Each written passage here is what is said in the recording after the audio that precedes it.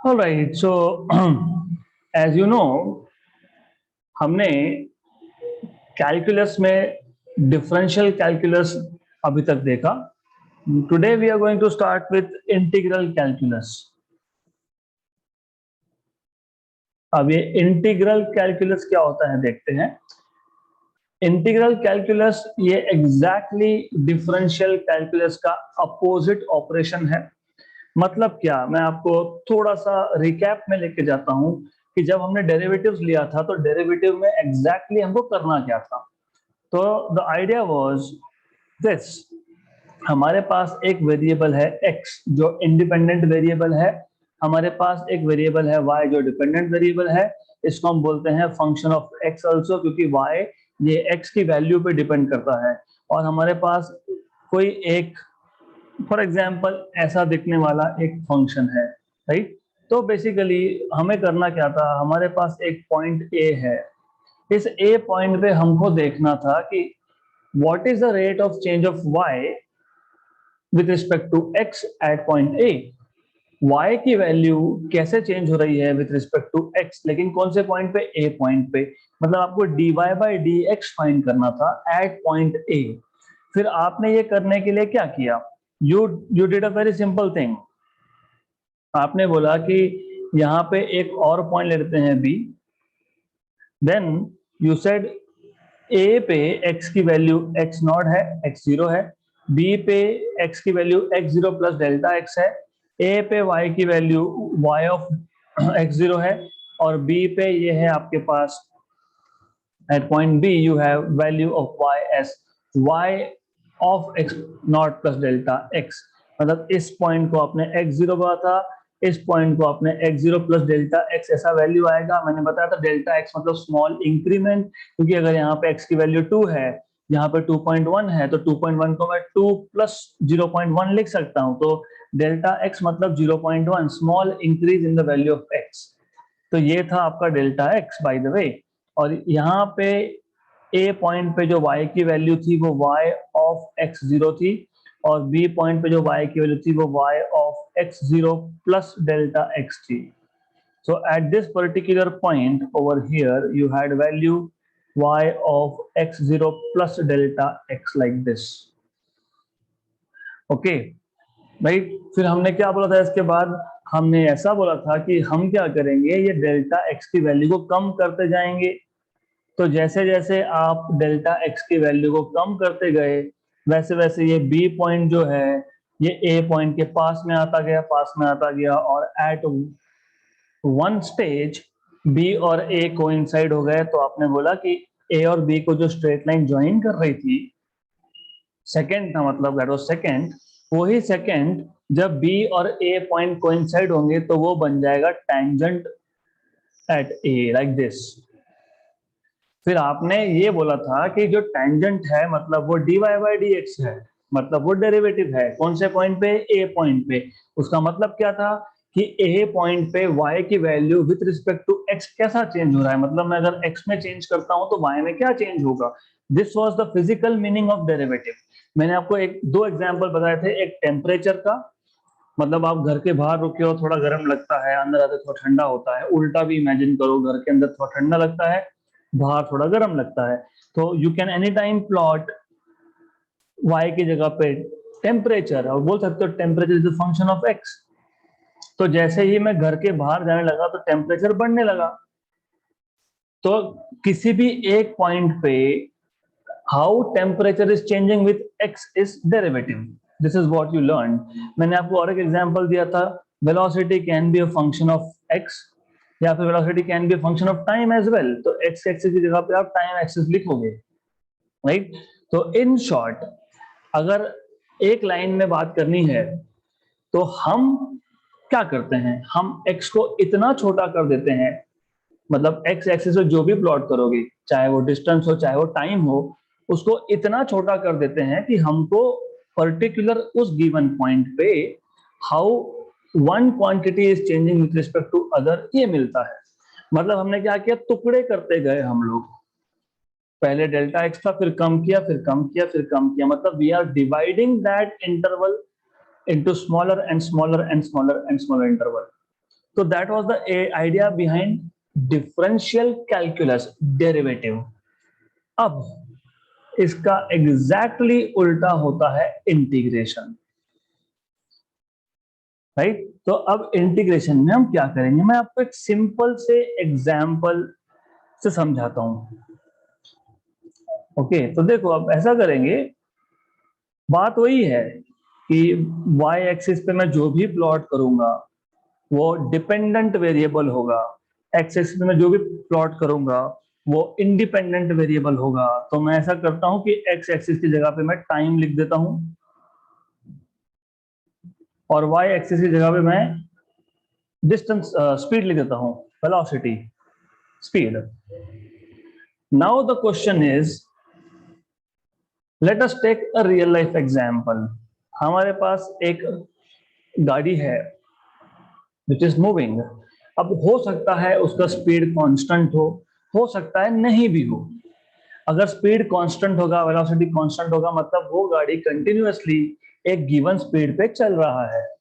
तो उस केस में आपका ग्राफ ऐसा दिखेगा, straight line parallel to time axis. ऐसा क्यों दिखेगा, क्योंकि वेलोसिटी कांस्टेंट है। मान लो वेलोसिटी 10 मीटर पर सेकंड है, तो हर टाइम पे 10 मीटर पर सेकंड है। हो सकता है, ऐसा भी हो सकता है कि ऐसा नहीं है, ऐसा हो सकता है कि ऐसा नहीं है। तो you may have something like this, velocity बढ़ते जा रहा है, बढ़ते जा रहा है, ऐसा भी हो सकता है। उल्टा भी हो सकता है, वेलोसिटी कम होते जा रहा है। Yes, it is also possible. So you may have many cases, जैसे if a vehicle is moving, it is moving with constant speed, हो सकता है। हाईवेज पे क्या होता है, हाईवेज पे फास्ट गाड़ी चलती है, तो मैक्सिमम स्पीड पे आने के बाद गाड़ी का वेलोसिटी कांस्टेंट हो गया, क्योंकि उसके ऊपर तो अब बढ़ नहीं सकता। मेरी गाड़ी का कैपेसिटी है 100 किलोमीटर पर आवर की स्पीड का, तो फिर उससे ऊपर कैसे ले जाऊंगा मैं। तो हो सकता है कि मैं कंटिन्यूअसली 100 किलोमीटर पर आवर पे चल रहा हूँ, पॉसिबल है। ऐसा भी पॉसिबल है कि मैं स्पीड बढ़ाते जा रहा हूँ, बढ़ाते जा रहा हूँ, बढ़ाते जा रहा हूँ, और उसके बाद कांस्टेंट हो गया। हाँ, ये भी है, हो सकता है। मुझे सामने स्पीड ब्रेकर दिखा, मैंने ब्रेक मार दिया, तो स्पीड कम हो रहा है, ये भी हो सकता है विथ टाइम, राइट। तो मैं एक केस डिस्कस करता हूं। Now let us take this case, increasing speed. Okay, now मुझे अगर वेलोसिटी अगेंस्ट टाइम का ग्राफ दिया हुआ है और मुझे पूछा है what is the distance covered by the vehicle between points A. मान लो ये ए पॉइंट है यहाँ पे, ओके, और यहाँ पे एक बी पॉइंट है। सो अज्यूम कि ये ए पॉइंट है, ये बी पॉइंट है। आपको बोला गया है कि ए से बी हमारे पास डिस्टेंस का इंफॉर्मेशन नहीं है। Look at the graph, you have information only about velocity and time, you do not have information about distance. आपको बोला गया है कि from this graph find out what is distance covered, और आपको नीचे कुछ वैल्यू दिया होगा, लाइक टाइम का कुछ वैल्यू दिया होगा। हो सकता है 2 सेकेंड और 10 सेकेंड, हो सकता है, राइट। और यहाँ पे वेलोसिटी का वैल्यू दिया होगा, हो सकता है बोला होगा 10 मीटर पर सेकेंड, और ये बोला होगा आपको 20 मीटर पर सेकेंड, मान लो, राइट। तो अब यहाँ पे काम में आता है इंटीग्रेशन। इंटीग्रेशन का फिजिकल मतलब ये होता है एरिया अंडर द कर्व। मतलब ये जो आपके पास लाइन है ए बी, इस लाइन के नीचे का जो भी एरिया है दैट इज इंटीग्रेशन। अब मैं आपको इन डिटेल बताऊंगा, लेकिन थोड़ा सा पेशेंस रखो। अब ना, पहले हम ये एग्जांपल सॉल्व कर लेते हैं। How do you find out area under the curve. यहाँ पे एक लाइन ड्रॉ कर दोगे, आप बोलोगे area under line A B is area of triangle ABC and area of rectangle ACDE। तो ये एरिया आपका आएगा half base into height, base है AC, हाइट है BC। AC, A से लेके C तक ये जो डिस्टेंस है ये 10 - 2 मतलब 8 है, हाफ इंटू 8। BC मतलब ये हाइट, ये 20 माइनस 10 मतलब 10 है, तो 1 जा 4 जा 40, तो आपको ये मिल गया एरिया 40। अब now let us fetch physics out of it, physics निकालते हैं इसमें से। हमने क्या किया, हमने बेस को मल्टीप्लाई किया, और बेस पे क्या था, बेस पे टाइम था।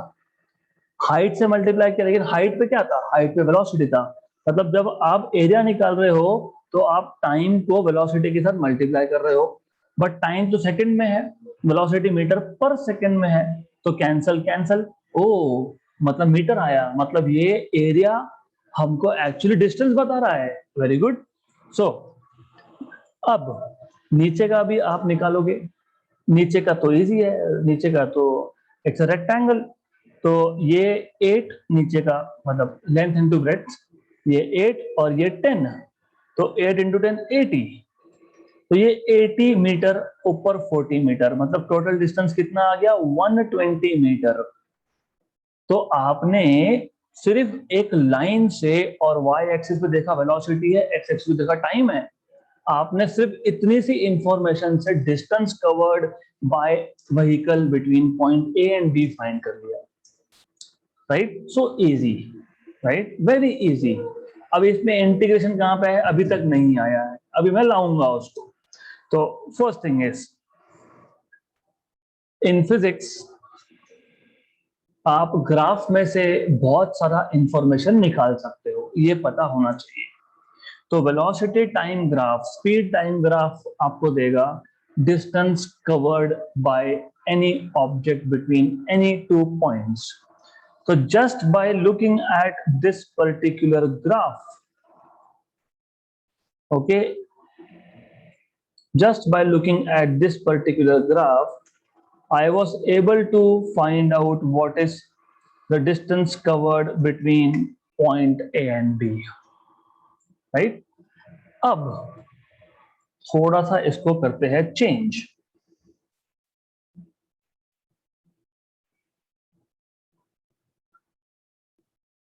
क्योंकि इंटीग्रेशन का यूज यहीं से आगे से, इसके आगे से स्टार्ट होगा। नाउ लेट अस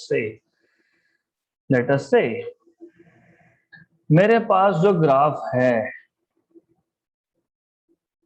वो ग्राफ स्ट्रेट लाइन नहीं है, मेरे पास एक अलग ही शेप का ग्राफ है। I can say I have a graph which is something like this. Okay, x axis पे अभी भी टाइम है, वाई एक्सिस पे अभी भी वेलोसिटी है।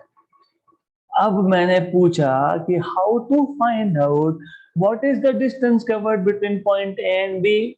No answer. Why no answer? क्योंकि ऊपर के ग्राफ में आपने क्या किया था, ऊपर के ग्राफ में आपने बोला कि हमको पता है कि हम वेलोसिटी को टाइम से मल्टीप्लाई करेंगे तो हमको डिस्टेंस मिलेगा, और ऊपर का ग्राफ जो था एक प्रॉपर वेल डिफाइंड शेप का ग्राफ था।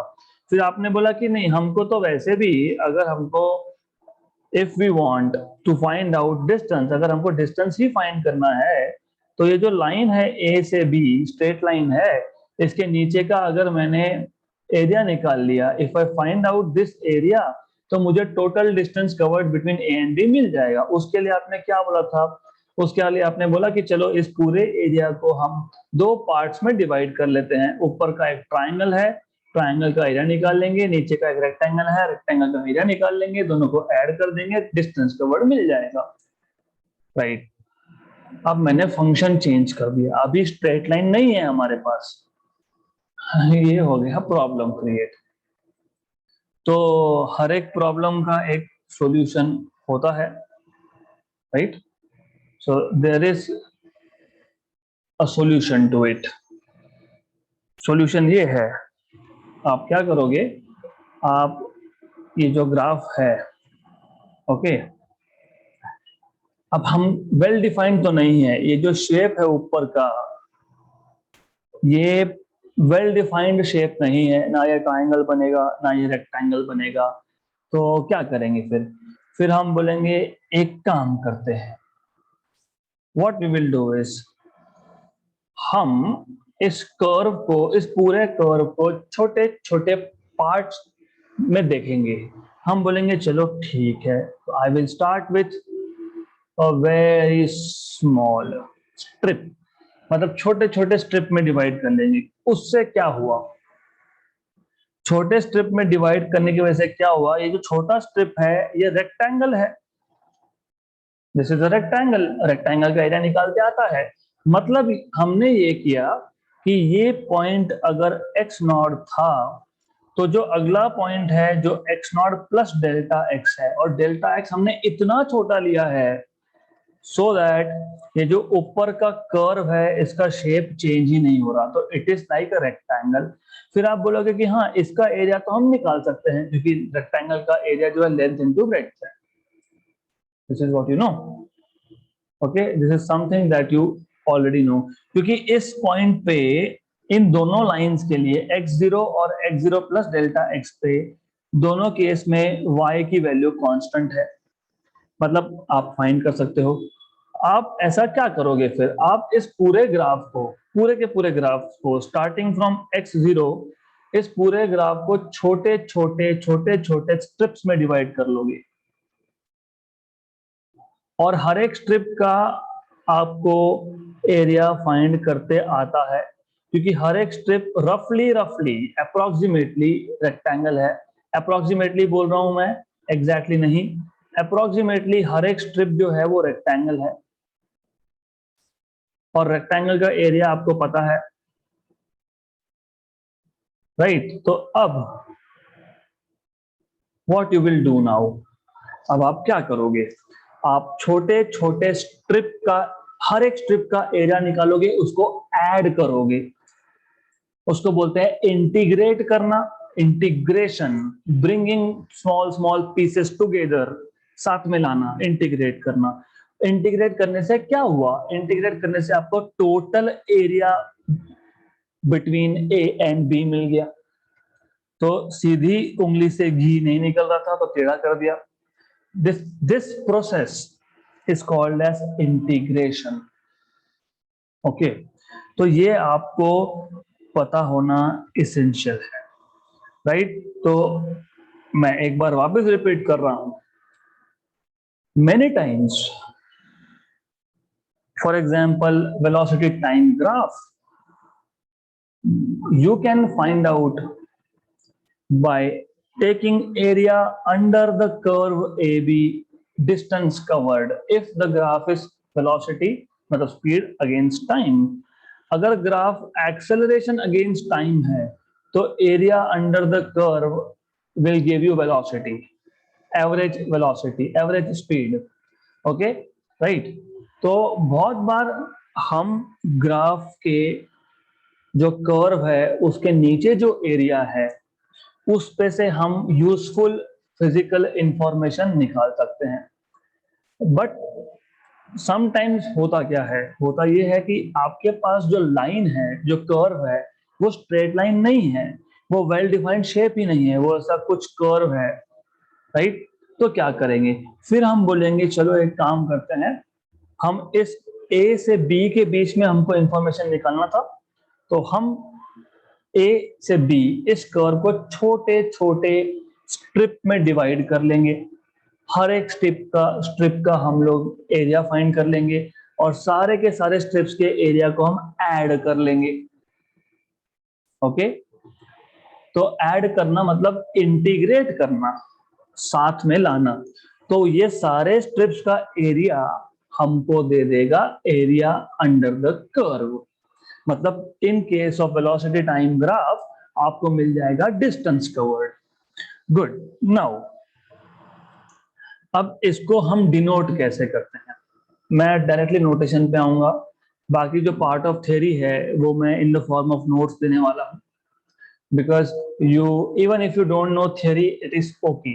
What you need to know is how to write down integration, what are the basic formulas of integration. So I will not put time in going through theory here, theory I will put it in the notes directly. Denote कैसे करते हैं, denote हम लोग ऐसा करते हैं, notation बहुत simple है इंटीग्रेशन का, integration of F of X क्योंकि मैं बताया था आपको y equal to F of X, Y is a function of X. Okay, कहां से कहां तक, from A to B, from point A to B, ऐसा उसको डिनोट करते हैं। तो ये जो सिंबल है, this symbol is for integration. किसका इंटीग्रेशन?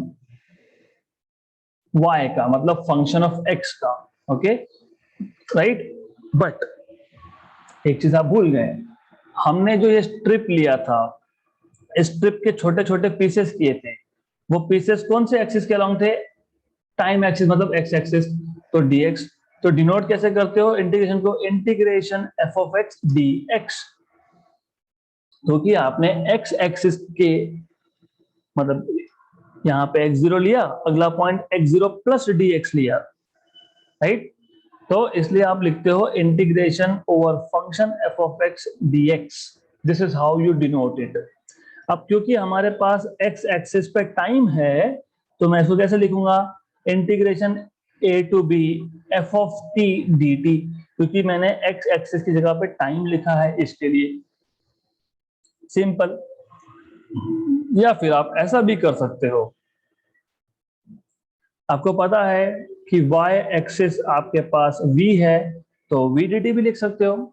ठीक है, integration v dt, this gives you distance, right. तो just remember symbol, just remember notation. theory part, as I told you, I will put theory in the notes. We don't have to put time in writing down theory, क्योंकि I am not going to ask you theory. Physics में integration derivatives का theory कोई नहीं पूछने वाला, और ना ही अलग से ऐसा क्वेश्चन आएगा इंटीग्रेट दिस, डिफरेंशिएट दिस। ये तो आप फिजिक्स का प्रॉब्लम सॉल्व करोगे आगे तब लगेगा, इसलिए अभी हम कर रहे हैं बेसिकली। तो now the idea is very simple. जैसे आपने डेरिवेटिव्स के प्रॉपर्टीज देखे थे, वैसे ही आप इंटीग्रेशन के प्रॉपर्टीज देख सकते हो सिमिलर वे में। प्रॉपर्टीज ऑफ इंटीग्रेशन, आपको याद होगा, आपने प्रॉपर्टी देखा था डेरिवेटिव का, derivative of any constant is zero, है ना। Derivative of constant into a function is equal to constant को outside derivative of that function, ऐसा हमने किया था। सिमिलरली इंटीग्रेशन के भी कुछ प्रॉपर्टीज है। पहला property, first property, and we will not go into a lot of details. तो integration of, okay, some constant K into derivative, sorry into function of X. K constant है, ये function है। अभी फंक्शन ऑफ एक्स मतलब ऐसा आ सकता है के साइन एक्स, ऐसा आ सकता है K into x square plus 2, ऐसा भी आ सकता है K into E raise to X, K log X. ये सारे हमने डेरिवेटिव में फंक्शंस देखे। ओके, तो वेयर के इज सम कांस्टेंट, और के कांस्टेंट को जैसे हमने डेरिवेटिव में से कांस्टेंट को बाहर रखा था, वैसे ही हम इंटीग्रेशन में भी कांस्टेंट को बाहर रखेंगे और फंक्शन पे इंटीग्रेट करेंगे। ओके, तो this is what you need to know. So integration के एफ ऑफ एक्स डीएक्स लिखा नहीं मैंने, डीएक्स लिखना पड़ेगा, dx, यहाँ पे भी dx, राइट। तो it's exactly opposite of derivative. मैं बताऊंगा कैसे। प्रॉपर्टीज तो सेम है, लगभग सेम है, जैसे डेरिवेटिव के प्रॉपर्टीज थे वैसे ही यहाँ पे प्रॉपर्टी है, राइट। सिर्फ कांस्टेंट का डेरिवेटिव जो था वो जीरो आता है, इंटीग्रेशन में वैसा नहीं होता है। कांस्टेंट को आप बाहर निकालते हो डेरिवेटिव में, इंटीग्रल में भी बाहर ही निकालते हो। और एक प्रॉपर्टी आपने देखा था, अगर आपको याद होगा, दो फंक्शंस का derivative, derivative of two functions कैसे लिखा था आपने? आपने वो था derivative of first function plus derivative of second function. This is what you have done. Okay, now integration में भी लगभग सेम रूल है। Integration of first function plus second function is equal to integration of first function plus integration of second function.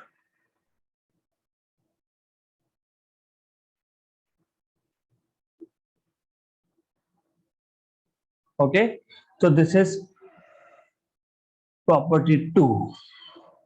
So as far as physics is concerned, हमको ये दो properties का use आएगा, integration के दो ही properties हमको लगने वाले हैं। सिर्फ एक चीज जो मैंने नहीं बताई, जो मैं अभी बताऊंगा आपको। देखो, आपके पास जब लिमिट्स स्पेसिफाइड होते हैं, what do I mean by limits specified? अब इमेजिन एक गाड़ी है जो मोशन में है, there's a vehicle which is moving. मुझे ये पता करना है what is the distance covered by that vehicle between 4 PM to 5 PM. मतलब मैंने लिमिट्स स्पेसिफाई करके रखा है ना? मतलब मैंने टाइम पे लिमिट्स डाल के रखा है, lower limit and upper limit.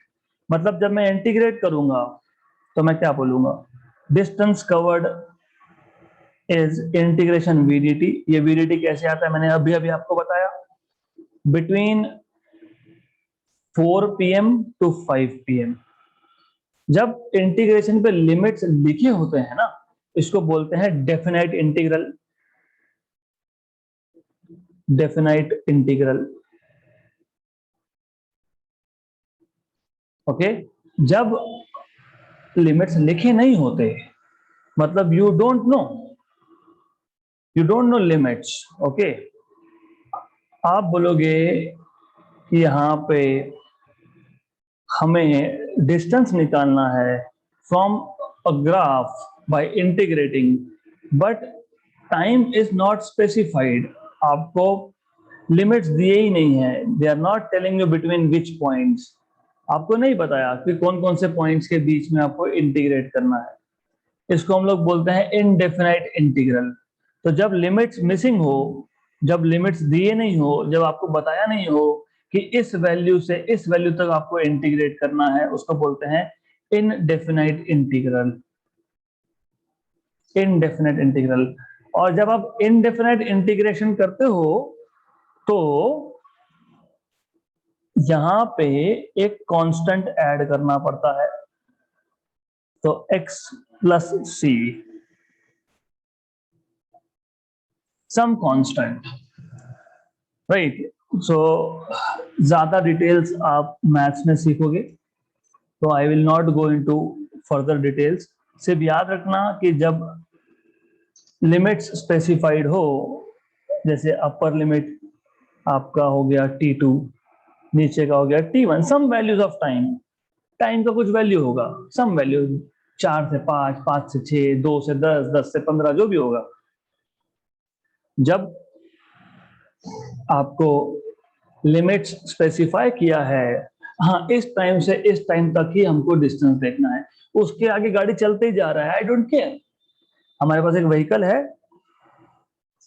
हमको उसका डिस्टेंस कवर्ड इन 1 आवर देखना है। इसका मतलब ये थोड़ी है कि वो 1 घंटे के बाद चलना छोड़ देगा, या उससे हमारे ऑब्जर्वेशन से पहले चल नहीं रहा था, ऐसा भी नहीं होता। उसका मतलब वी आर इंटरेस्टेड कि इस 1 घंटे में कितना डिस्टेंस कवर किया, बात कर रहा हूं, राइट। तो जब लिमिट्स स्पेसिफाई की हो उसको बोलते हो डेफिनाइट इंटीग्रल। जब लिमिट स्पेसिफाई नहीं किया हो उसको बोलते हैं indefinite integral, okay. This is what should be very clear. तो as of now, what you have learned, what you have understood is integration is to integrate, to bring small pieces together and add. मतलब it is opposite of differentiation. Then we have seen properties of integration, 2 important properties of integration. हमको यही 2 properties काम में आने वाले हैं। बाकी फिर जैसे हमने some standard function, simple function के हमने डेरिवेटिव्स देखे थे, साइन का कॉस, कॉस का minus sine, X raise to N का N into X raise to N minus 1, वैसे ही इंटीग्रेशन में भी जो बेसिक बेसिक फॉर्मूला हमको लगेंगे, वेरी बेसिक। फिजिक्स के लिए जितना लगेगा मैं उतना ही बताने वाला हूँ, बाकी मैथ्स में आप लोग करने वाले हो। ओके, तो let us now see what are integrations of some simple functions. So integrals of some simple functions. Okay, now I will tell you exactly in a way जो हमने डेरिवेटिव्स के थ्रू किया था। आपको अगर डेरिवेटिव्स याद होंगे, और होने ही चाहिए, because I give you that as an assignment. मैंने आपको बताया था कि आपको असाइनमेंट में लिख के देना है, and most of you also did it. तो इफ यू रिमेंबर, अगर आपको याद होगा, तो आपको ये याद होगा कि आपने x रेज टू n का डेरिवेटिव लिखा था n into X raise to n minus 1। Okay, मतलब जो पावर है उसको मल्टीप्लाई करते हैं और पावर को 1 से कम करते हैं। ओके, अब मैं इसको ऐसा लिख सकता हूं क्या, n की जगह पे n+1 डाल दिया अगर मैंने, if I put n+1 instead of n, तो can I write down like this, derivative of x raise to n+1 is n+1, और यहाँ पे n की जगह पे n+1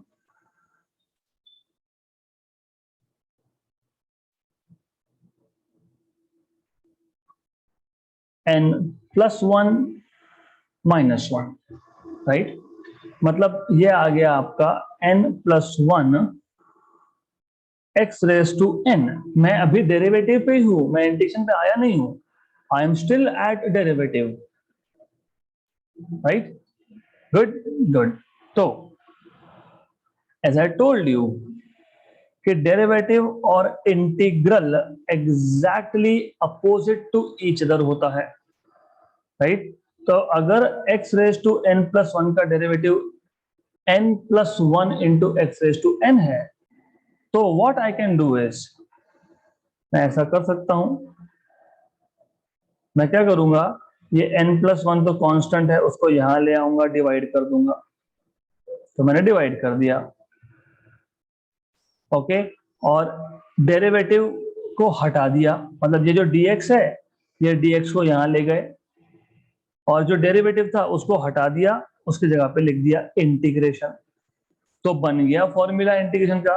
तो याद रखना, अब x रेज टू n का डेरिवेटिव,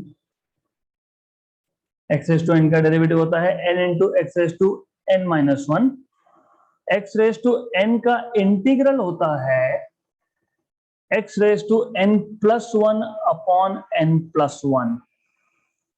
आपको अगर मैंने जो डेरिवेटिव से इंटीग्रल कैसे बनाते हैं वो बताया, वो नहीं समझा, मैं रिपीट कर रहा हूं, बट जरूरी नहीं है एट दिस स्टेज, 12th में it will be essential for you. जो भी मैथ्स रखने वाले हो, 12वीं में आपको समझ में आएगा कि अरे ये तो 11वीं में हमने कर लिया, राइट, तो वो आपके काम में आएगा। जिन लोगों को मैथ्स नहीं रखना, you don't have to worry, just remember as formulas, और विथ टाइम विथ प्रैक्टिस वो हो जाएगा। ओके, एक चीज मैंने आपको और बताई थी, क्या यहाँ पे लिमिट्स है? लिमिट्स नहीं है। जब जब लिमिट्स नहीं होती है तो आप एक कांस्टेंट ऐड करते हो, दैट्स इट। मैं आपको एक बार और बताता हूं, what you have learned, derivative of x raise to n as n into X raise to n minus 1। मैंने पहला स्मॉल चेंज क्या किया, मैंने पहला स्मॉल चेंज ये किया कि मैंने यहां पे n की जगह पे n+1 डाला है। तो डेरिवेटिव का फॉर्मूला क्यों चेंज होगा? अब वही है, x रेज टू n का डेरिवेटिव यही x रेज टू n+1 का डेरिवेटिव है, और क्या, नो डिफरेंस। क्यों? अभी मैं x रेज टू 2 का डेरिवेटिव लूं तो 2 into X raise to 2 minus 1, ठीक है, 2x, फाइन। मैं x क्यूब का लूं तो 3 into X raise to 3 minus 1, that is 3x square. तो सिर्फ मैंने n की वैल्यू 1 से बढ़ा दी, हाँ, तो फिर फॉर्मूला में सिर्फ जहां जहां n है वहां n+1 डालना था, हो गया। तो ये आपको मिलेगा derivative of x raise to n+1 equal to n+1 into x raise to n। Okay, good. As I told you, integration is opposite of derivative. मतलब ये dx को यहाँ पे लिखो, ये डेरिवेटिव को यहां से हटाओ, इस साइड पे इंटीग्रेशन लिखो। n+1 कांस्टेंट था, इस कांस्टेंट को दूसरे साइड पे ले जाओगे तो ये डिवाइड हो जाएगा, क्योंकि राइट हैंड साइड पे मल्टीप्लाई हो रहा था तो लेफ्ट हैंड साइड पे डिवाइड हो जाएगा। तो आपका बन गया formula integration of x raise to n as x raise to n+1 upon n+1। लेकिन यहाँ पे लिमिट्स नहीं दिए हुए हैं, तो एक एक कांस्टेंट आपको लगाना पड़ेगा। तो हो गया इंटीग्रेशन का पहला formula ready. Simple simple, is not difficult at all. दूसरा, आपने सेकंड फॉर्मूला कौन सा सीखा था? अगर आपको याद होगा, इफ यू रिमेंबर, आपने सेकंड फॉर्मूला ये सीखा था, derivative of e raise to x is equal to e raise to x। अब मैंने जैसे बताया, क्या करना, ये dx को शिफ्ट कर दो, डेरिवेटिव को हटा दो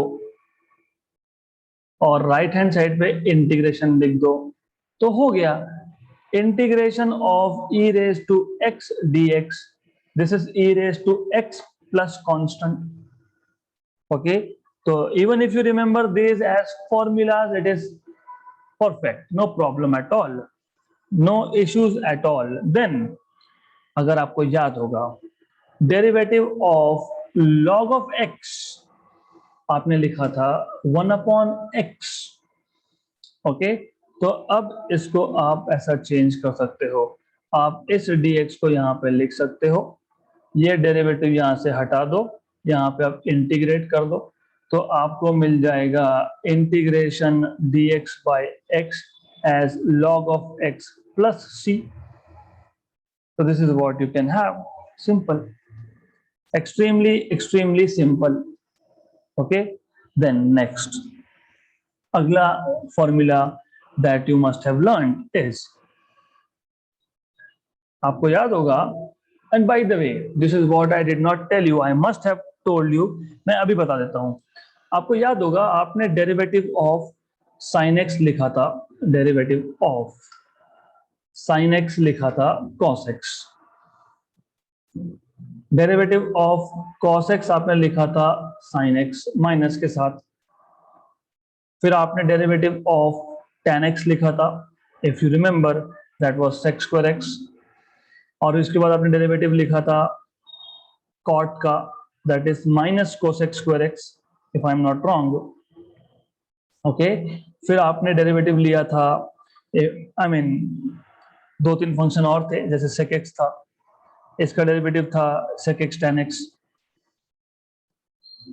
वैसे ही आपका था डेरिवेटिव ऑफ cosec x, और ये था आपका cosec x cot x with negative sign, right.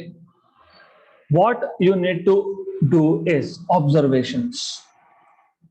देखो, जिस जिस फंक्शन में पहला लेटर c है, derivative of cos, derivative of cot, derivative of cosec, वहां वहां पे negative negative and negative sign है। This is how you need to remember, क्योंकि कंफ्यूजन होता है, derivative of sin x cos x, derivative of cos x minus था कि plus था। Oops, let us make a rule, derivative लेते वक्त, not integration, derivative लेते वक्त जिस जिस फंक्शन में, ट्रिग्नोमेट्रिक फंक्शन में पहला लेटर c है, उसका डेरिवेटिव नेगेटिव से स्टार्ट होता है। Derivative of cos x minus sin x, derivative of cot x minus cos x square x, derivative of cosec x minus cosec x cot x। तो this is how you need to remember, right. ये मैंने पहले नहीं बताया था, but okay, that's okay, I am telling you now. अब sin x का derivative चाहिए, तो क्या करेंगे, तो sin x का डेरिवेटिव कैसे निकालेंगे? तो sin x का डेरिवेटिव निकालने के लिए, you see, minus sine X का डेरिवेटिव कॉस है, हमको साइन एक्स का इंटीग्रेशन चाहिए। किसका इंटीग्रेशन चाहिए? साइन एक्स का इंटीग्रेशन चाहिए।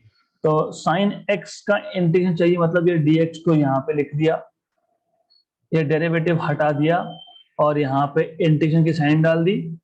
डेरिवेटिव हटाओगे तो इंटीग्रेशन की साइन डालोगे, राइट। और ये जो नेगेटिव साइन है इसको हम यहाँ पे शिफ्ट कर देंगे, मतलब आपको मिल गया integration of sine x as minus cos x plus C. क्यों सी? क्योंकि लिमिट्स नहीं थे इसके लिए, राइट। ओके, तो ऐसा आपको ये सॉल्व करना होता है। अब जैसे as you know sine X का डेरिवेटिव कॉस एक्स है, मुझे कॉस एक्स का इंटीग्रेशन चाहिए, तो मैं ये dx को यहां लिखूंगा, इस डेरिवेटिव को हटाऊंगा, यहां पे इंटीग्रेट करूंगा, तो आपको मिल जाएगा ये integration cos x dx equal to sine X plus C, right? So this is how you will be remembering formulas. Okay, तो अब assignment for today is to find out what is integration of sec square x dx. Okay, so let me put it in the proper way. So I will give you some assignment so that you remember how to do this. Okay, तो आपको ये assignment में जाएगा आज के।